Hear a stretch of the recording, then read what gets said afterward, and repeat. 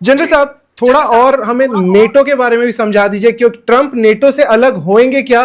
क्योंकि बहुत बार उन्होंने वो बोल चुके हैं कि यूएस इतना ज्यादा पैसा खर्च करता है नेटो पे, कोई फायदा नहीं होता। मेलोनी भी अगेंस्ट में बोल चुकी है कि हम तो बिल्कुल यूएस का साथ नहीं देंगे, चाहे वो कहीं भी लड़ाई लड़े। और रशिया यूक्रेन में भी अचानक से बहुत ज्यादा तनाव और अटैक्स बढ़ चुके हैं, बहुत ज्यादा अटैक्स हो रहे हैं अभी एनर्जी साइट्स पे ही। मतलब हर जगह एनर्जी साइट्स को निशाना बनाया जा रहा है, चाहे वो रशिया यूक्रेन वार हो या ईरान यूएस वॉर हो। आप कैसे देख रहे हैं नेटो की तबाही? नेटो का अंत आ चुका है क्या? बिल्कुल आ चुका है साहब। देखिए, यूक्रेन जमीनी लड़ाई हार चुका है। जी 8 बिलियन यूक्रेनियन यूक्रेन छोड़ के भाग गए, 2 बिलियन मारे गए, बिलियन से ज्यादा घायल पड़े। जी। ठीक है, ये जेलेंस्की साहब की अचीवमेंट है। लेकिन वो भी मूढ़मती कुत्ते पने में आ गए हैं कि मैं तो लड़ता रहूंगा जब तक आखिरी यूक्रेनियन जिंदा है, जब तक जी। माना जाए मैं तो लड़ाई बंद नहीं करूंगा। क्योंकि लोग दुनिया की मेरी बड़ी ताली बजा रहे, वाह वाह कर रहे, क्या लड़ाका क्या लड़ाका। और वो ड्रोन्स लेके रूस के ऊपर जमीनी पलटवार तो नहीं कर सकता, वो ड्रोन से पलटवार कर रहा है, उसकी रिफाइनरी जला दी। जी। मजबूरन रूस को भारत से रिफाइंड ऑयल और पेट्रोल और डीजल खरीदना पड़ जी। ठीक है। व्लादिमीर पुतिन गुस्से में, अभी तक वो सोच रहा था कि डोनाल्ड ट्रंप शांति चाहते हैं, वो सिंसियर है शांति के बारे में, और इसलिए वो आगे लड़ाई को बढ़ा नहीं। जी। अब उसको भी साफ हो गया है कि डोनाल्ड ट्रंप साहब कोई शांति आंति नहीं चाहते। वो कह रहे हैं मैं $90 अरब दूंगा यूक्रेन को, ताकि वो पेट्रियट मिसाइल बनाए, ड्रोन्स बनाए, जिससे रूस की तबाही हो, रूस की इकोनॉमी बर्बाद की जाए। शुरू से इनका मुद्दा था कि रूस की इकोनॉमी तबाह करनी है। ये बिल्कुल फेल हो गए, तब भी लगे हुए हैं। अब जो रूस है वो बिल्कुल, उसकी तो साफ बस हो चुकी है, वो बहुत गुस्से में है। क्योंकि अब रूस में पुतिन की लोग गुस्सा आ रहे हैं कि तू खत्म क्यों नहीं करता ये लड़ाई, जी। आड़ या पार खत्म कर। तो मेरे को अंदेशा है कि आने वाले दिनों पे रूस ओडेसा पे हमला कर सकता है, खार्किव पे हमला कर सकता है, कीव के ऊपर चढ़ाई कर सकता है। क्योंकि अब उसको भी समझ आ गया है कि निजात नहीं जब तक मैं बफर जोन ना क्रिएट कर लूं यूक्रेन। और वो करने को मुझे लगता है आप उसको मजबूर कर, जब तक वो नहीं करेगा आप उसे तंग करते रहेंगे। और माफ कीजिए, यूरोप के लोगों में वो सैन्य ताकत नहीं है रूस से सीधी टक्कर लेने की। बर्बाद हो जाएगा यूरोप जी। वहां पे भाप बन जाएंगे आपके शहर, और न्यूक्लियर युद्ध तक हो सकता। अब अगर यूरोप के लोगों को इतना शौक आ गया है कि हम तो न्यूक्लियर मौत से मरना चाहते हैं, वर्ल्ड वॉर 1 हमने शुरू कराया, वर्ल्ड वॉर 2 हमने शुरू कराया, वर्ल्ड वॉर 3 जो है वो भी हम शुरू करें, तो दोबारा कौन सा?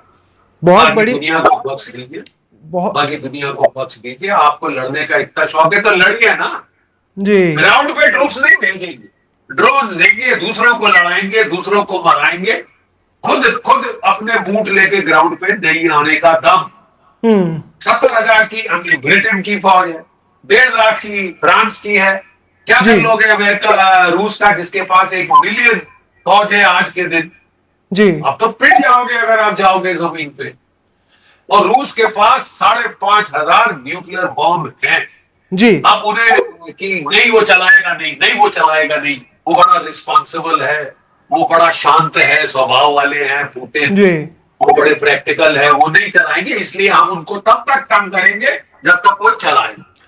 बख्शी साहब, एक सवाल एक दर्शक का है, वो ये पूछ रहे हैं कि यूएस के इतने सारे दुश्मन हैं, बगल में भी दोस्त हैं, रशिया से भी कनेक्शन है, चाहे क्यूबा हो या बाकी के देश हो, यूएस ने इतना परेशान कर रखा है। ये सवाल पूछ रहे दर्शक कि कोई भी देश जो दुश्मन देश है वो डायरेक्ट यूएस पे कभी क्यों नहीं अटैक करते? उनको वो सेम मजा क्यों नहीं चखाते जिस प्रकार से यूएस किसी भी देश को अटैक कर देता है, कुछ भी कर डालता है? तो अमेरिकन को सबक क्यों नहीं सिखाती दूसरी सेनाएं या दूसरे देश उनको the medicine, the same medicine? Why don't they get the same medicine that they, the taste of same medicine that they keep doing with other countries.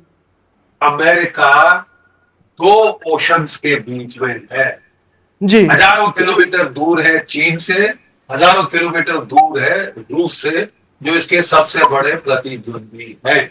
लेकिन एक चीज मैं अमेरिका की जनता जनार्दन को बता दूं, जी रूस के पास 5,500 के करीब न्यूक्लियर वॉरहेड हैं, उसके पास इंटरकॉन्टिनेंटल बैलिस्टिक मिसाइल है जो अमेरिका की धरती को स्वाहा कर सकते, जी सवा सत्यानाश, न्यूक्लियर विंटर ला सकते।